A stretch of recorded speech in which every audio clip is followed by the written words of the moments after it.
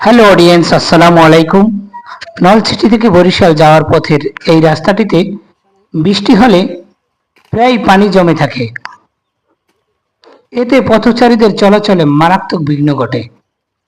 একে তো রাস্তায় প্রয়োজনীয় ফুটপাত নেই, তার উপর যদি রাস্তার পাশে এভাবে পানি জমে থাকে তাহলে চলাচল করতে যেমন কষ্ট হয়, তেমন এ দ্বারা দুর্ঘটনারও শিকার হয়। এছাড়াও কাছাকাছি একটি মসজিদ আছে, মসজিদে মুসল্লিদের চলাচলে সমস্যা হয়। তাই নিজে চেষ্টা করলাম একটু মানবিক এই কাজটি করার জন্য। অবশ্য প্রায় এলাকার রাস্তাতে, বিশেষ করে বৃষ্টির দিনে, এভাবে রাস্তার পাশে ঠালা জায়গায় পানি জমে থাকে।